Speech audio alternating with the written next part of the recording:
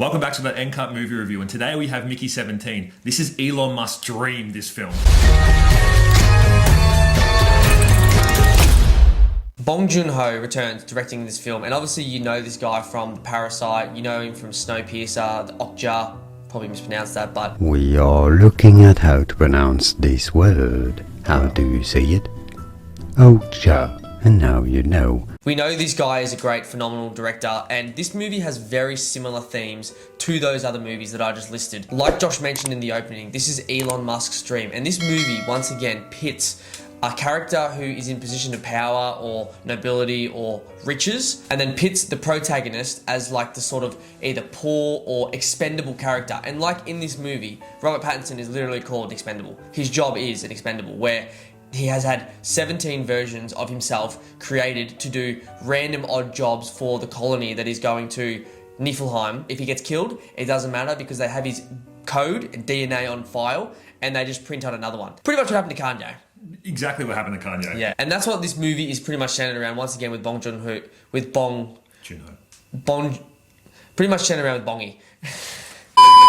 Depending on which side of the political forum you live on, you would have looked at Mark Ruffalo in this movie and thought he may have been adapting a certain person in real life or this certain person in real life, but he's just trying to act as this eccentric leader who's essentially trying to colonize a new planet with rocket ships. Now, who's that sound like? It sounds like multiple people in this day and age. I mean, I'm not even just talking to Elon. You got Richard Branson, you got Elon, you got Bezos, you got all these guys. It's probably 30 billion trillionaires in Saudi Arabia and China who are trying to do the exact same thing, Russia. Yeah. So I don't know if I can say those things on... I don't know, but definitely they almost like brought Bill Gates out here because he was doing the vaccines and this motherfucker was trying to do vaccines on Robert Pattinson's character. Like, so Mark Ruffalo is essentially just an amalgamation of what we've become to know as elites, rich people who, for some reason, think that Earth is doomed and that they need to leave and go colonize somewhere else.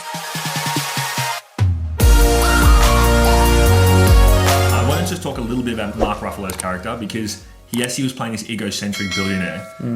A lot of it was foreshadowing political thought, and I was just thinking, why? Was it during, I mean, this was getting made through COVID, maybe it was through the election cycle, I don't know why, but I think it was a big factor because some of his most loyal people who came with him on the trip to Niflheim were wearing red hats. And he was doing the dance. Yes, you saw the dance. Did do the dance. So I mean, it's not like you're foreshadowing anything. You're literally directly telling people exactly who you're going for. It was a blatant hit piece, this movie, of Donald Trump in a way where it's like making him just seem like a crazy. It was like if Donald Trump and Elon Musk had a baby. Yeah, this is what it would be like. This egotistical, eccentric, so they say, like that's what they want to push. Either side can make whichever movie they want. I don't like when a movie makes one side look completely preposterous and stupid and crazy and whatever, and then there's nothing on the other side. Like, come on now. No one's perfect.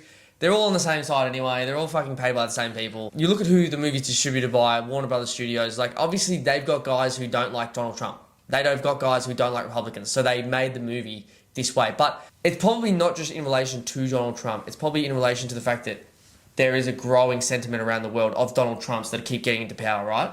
So that's probably why, you know, Bong Joon-ho, he's the kind of guy that would look at something in real time that's happening around the world and put it into a movie, like with Parasite. So it can't be denied that Mark Ruffalo is Donald Trump to a T. They leave it so open-ended that it's like, no, you're crazy by interpreting it this way. Brother, this one's not crazy. You know exactly where the fuck they're going. It's not crazy.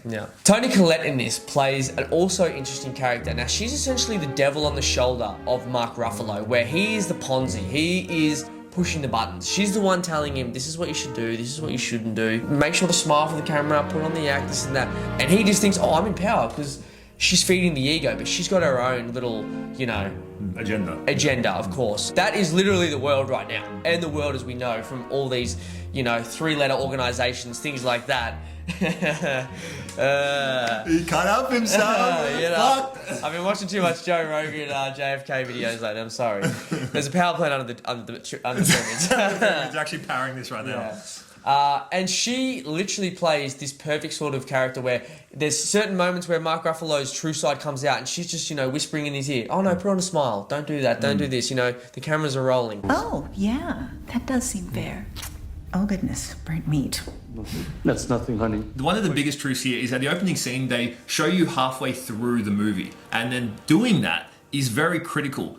Can it become good, or is it going to fail? Because a lot of the time that I've seen movies that show halfway through the movie then recall back to the original saying what might be happening, or to start what might be happening, usually doesn't go well. So I'm glad that Bong Joon-ho did a decent job at showing enough of that midway through that didn't spoil too many things, and then it actually pushed the narrative further. But it did kind of... It felt like there was so much that he had filmed and it just got chopped out. Well, the man did say this film like ruined his life and like almost made him go over the edge of wanting to quit filmmaking. Yeah, well, I don't blame him because it felt like there was like 10 hours of film and so many narratives got cut out because a lot of them were not finished. So it is confusing in that regard, but it wasn't enough to be like, oh, this is a shit movie, don't see it, you know? Yeah. It is good. And it introduced Robert Pattinson's character in the most hilarious way with the most... I mean, when he uses that voice, man. I was going to say, what is that voice? Hey, man, like real squeak, like... Help me! Nothing was working out, and I wanted to get the hell out of there. You're applying to be an expendable? You read through the paperwork? Yeah. I should have read through it. I don't even know actually what Robert Pattinson's real voice sounds like, but... that voice acting that he was doing is... he sounds a bit funny when he's making this voice. Yeah, he's really broken the mold of like being that one character. He's not just the Batman. He's not just Twilight. He is his own character. He's the GOAT. He's the GOAT. He's one of. He's man. becoming very quickly. And we haven't even touched on the fact that Robert Pattinson, how good his acting was in this movie. I mean, to act as yourself twice on the screen can't be easy, especially when like you literally... he's probably talking to no one. He's just talking to, you know, green screen or whatever.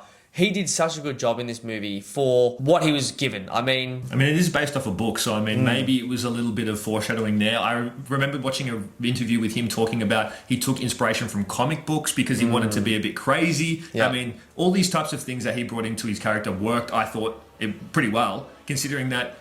Also, an interesting concept through here was he was playing a different character for 17 and 18, but then it was also referenced that the ones prior were also completely different. Yeah. So it was weird concept of where does this soul come from? Yeah. Was it because his soul was uploaded to a brick for some fucking reason, just to redo his brain? So the soul concept of like why was number 17 different to 15 to 14? Like I don't know where that came from, and that didn't get answered either. Yeah. But I thought they should have probably answered that because it's a main point in here.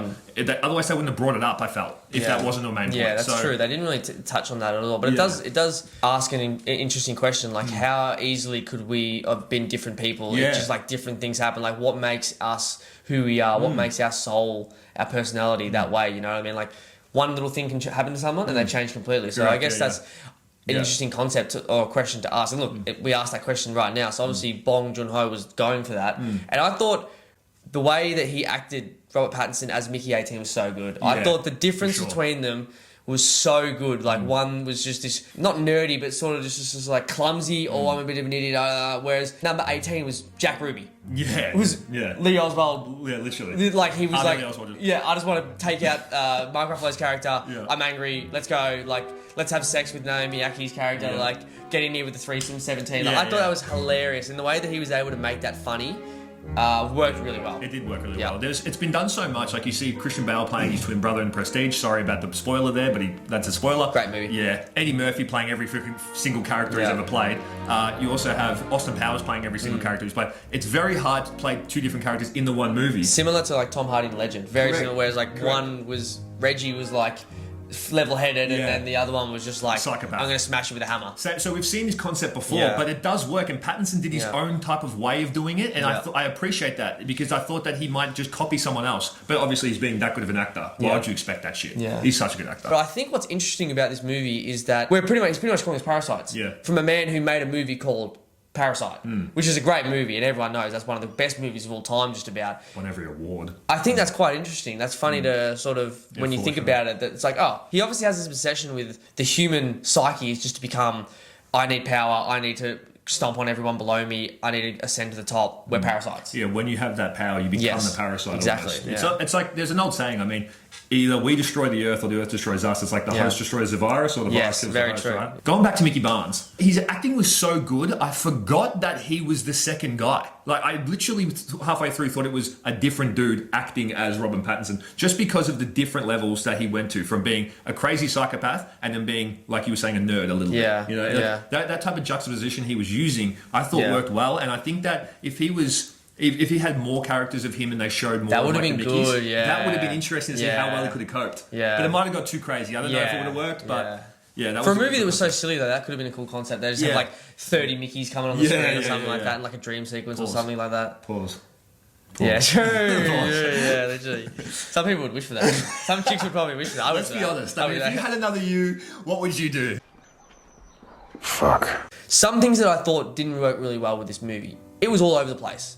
It's what it was going for, but it was almost too much. It was so chaotic that it was hard to keep up with what the hell was going on for a lot of this movie. I mean, I may have ADHD because I was very, with it. Because it was moving every 10 minutes all the time. I just kind of followed where they were going. And you kind of just have to assume what the end of their argument is or the end of their scene's supposed to go for. And then that's how you, watch the movie. You can't really think so deeply about it or get time to think about it. Maybe you've got to watch it a couple of times to sort of see the intricacies of it. But on the first go, it's like... It's still, trust me, I've watched it twice and it still is. Some people might come for me... Pause.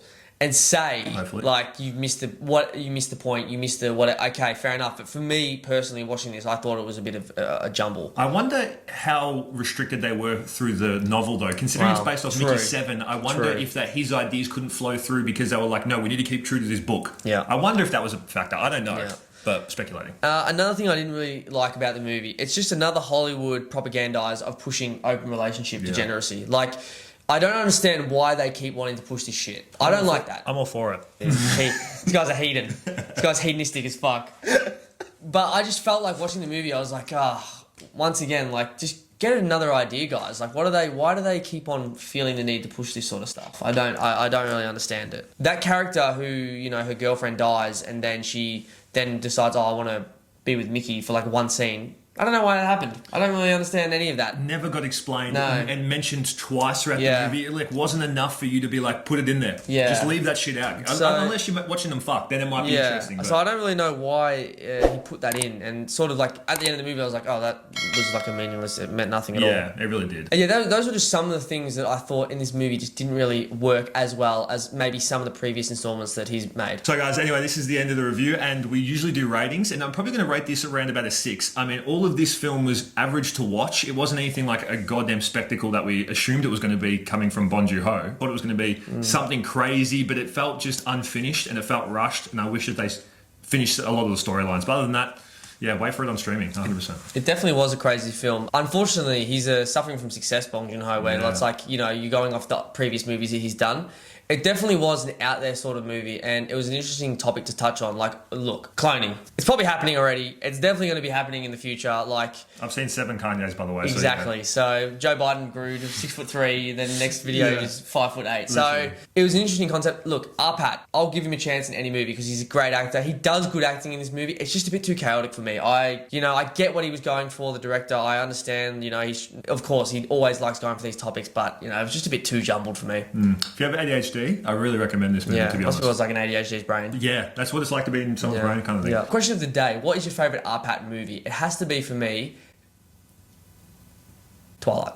No way, really? Nah, Batman. I was going to say, the Batman for sure. That's mine as well. Yeah. So if you guys enjoyed the review, do not forget to leave a like and subscribe. We're trying to hit 1,000. We're almost there.